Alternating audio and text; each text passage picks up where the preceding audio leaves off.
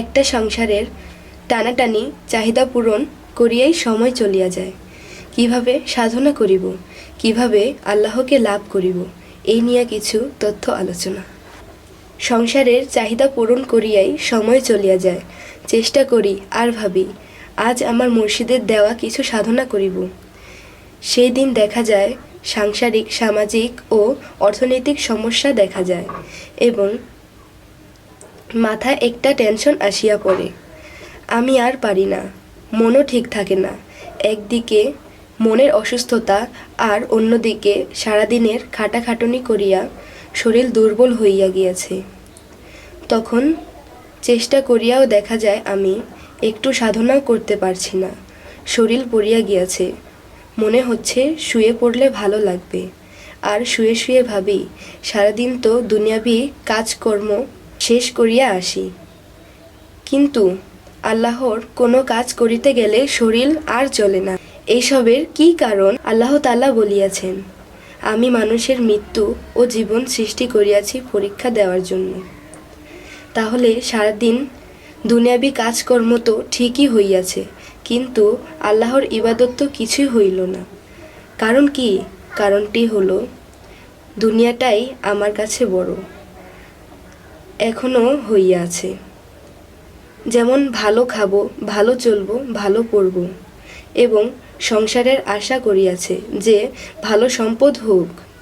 যেমন আমি যখন সারাদিন খাটাখাটনি করিয়া বাড়িতে ফিরলাম এবং বিভিন্ন টেনশন করিয়া মন ভালো না, এবং বেশি খাটাখাটনি করিয়া মন ভালো না। মনে এখন শুয়ে আরাম করিতে ভালো লাগবে, এমনকি শুয়েও পড়লাম। এমন সময় একটা খবর আসলো, 5 মাইল রাস্তা হাঁটিয়া গেলে আমি যাহার কাছে 70,000 টাকা পাইতাম, এই মুহূর্তে গেলে আমি সেই 70,000 টাকা পাইব। শোনার সাথে সাথে বিছানা থেকে উঠিয়া হাঁটা শুরু করিলাম এবং 5 মাইল রাস্তা হাঁটিয়া সেই 70,000 টাকা আনিতে সক্ষম হইয়া গেলাম। এই জন্য আমি বলিতে চাই, আল্লাহর ইবাদত করা বা সাধনা করা, আল্লাহকে লাভ করা, ভালোবাসা সেই 70,000 টাকার চেয়েও ছোট ছিল। যদি কেউ বলে না, টাকার চেয়েও আল্লাহ কোটি কোটি গুণে বড়, তাহলে আমি বলবো, যদি আল্লাহকে ছোট না করিতাম তাহলে সেই প্রতি রাত্রেই আমি আল্লাহ তাআলার ইবাদত বা সাধনা করিতাম। শুয়ে আর থাকিতে পারতাম না। আমরা সংসারের এই সমস্যা সেই সমস্যা বলিয়া বেড়াই, কিন্তু এই সংসারের কারণেই আল্লাহর ইবাদত করিতে পারি না। এগুলো হলো আমরা আমাদের নিজেদেরকেই ধোঁকা দিতেছি। আমরা অন্য ধর্মগ্রন্থে একটি কথা শুনিয়াছি যে, হাতে করো গৃহকর্ম, মুখে বলো হরি। এই নামেই একদিন আমরা হইয়া যাব ভবনদী পার হইয়া যাব গো। আর আমাদের গ্রন্থে কি বলে?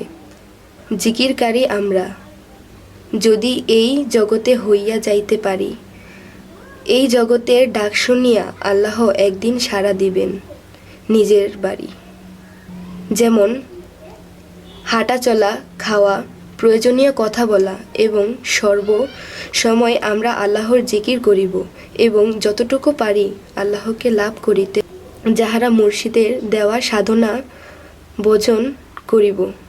আল্লাহ আমাদেরকে সেই তৌফিক দান করুন। আল্লাহ হাফেজ।